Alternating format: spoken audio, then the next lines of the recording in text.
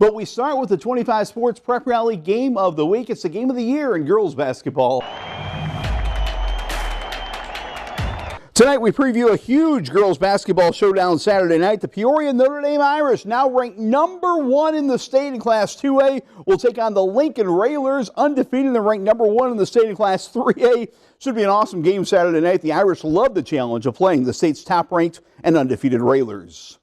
Yes, we definitely enjoy playing those big games. We like the intensity of the game. We like the atmosphere, the environment. I think it forces us to play good and it forces us to kind of execute. I think they were super strong, super quick teams that, matched up against us really well. So it was kind of like playing ourselves, Playing these harder teams later in the season is really going to help us out.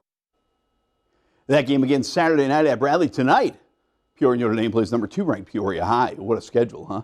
Well, let's now take a look at last week's game of the week, the big game of the year in the Big 12 boys basketball race. Normal Community hosting Peoria Richwoods, and Normal Community pretty much dominated this game. It was a close game, but Normal Community in control throughout. Our early slam dunk right here by Braylon Roman, who had 19. Meanwhile, the Twin Towers of Normal Community were terrific. 6'9" Noah Cleveland's going to work his way to the basket right here. Then Jaheim Weber will score. Yeah, Richwoods got one big, Lathan Somerville, but Normal Community's two bigs were too much. The Ironmen win at 57-49 and take over first place in the Big 12.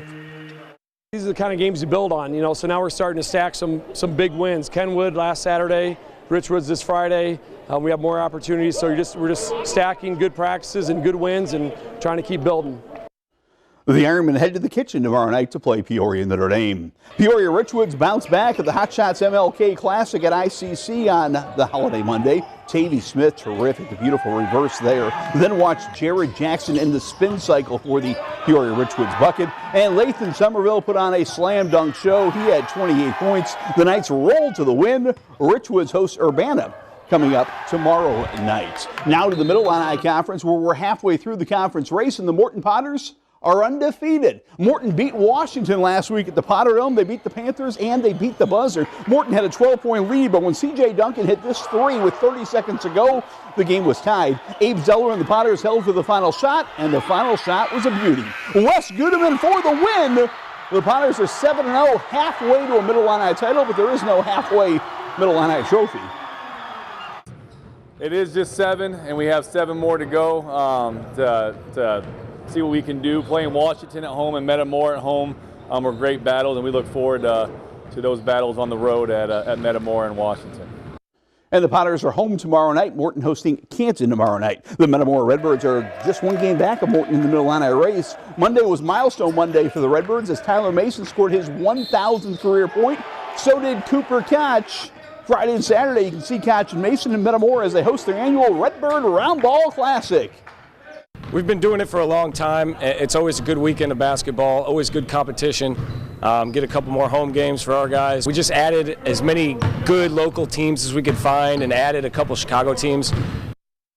Should be great basketball in Metamora Friday and Saturday. This is the week in the Heart of Illinois Conference, McLean County Tournament Championship Week. And the top 4 seeds have all advanced on the boys' side. #1 seed is El Paso Gridley. Micah Meese, 16 points, 12 rebounds in their quarterfinal win. Big Jonah Funk was a ton down low, 18 points, 9 rebounds. El Paso Gridley loves this week and would love to turn that #1 seed into a tournament title. Well, it's very important as far as a kind of a benchmark for the season. I think, had a good Christmas. Now you come back, you get another tournament atmosphere. It's postseason type of tests. So, we look forward to it every year. And so I know the people in our community get excited about it every year. Up next, El Paso Gridley and their remarkable size will play Lexington and their terrific guards. The Minutemen shot down Tremont. Griffin Harry for 3. Later, Ethan Storm on the attack. Semifinal #1 tomorrow will be Lexington versus EPG. The Fieldcrest Knights are the defending HOI tourney champs, and they're looking to repeat. Fieldcrest a winner over Hayworth. Jackson Hakes right here. The nice pass. It's a great passing team to Nathan Cook. Then Jordan Hyder off the steal, throws it ahead to Ed Lorton for the 3-point play. The Knights big winners over a good Hayward team. The Tri-Valley Vikings are also in the final. They were winners over Flanagan, led by their size inside. Aiden Jensen, the big bucket right here.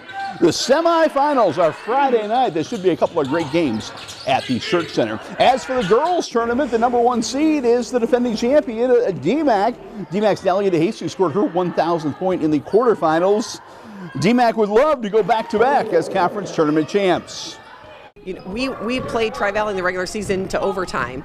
We've had some close games in our conference, so I think the top 4 seeds in our conference, it's anybody's game.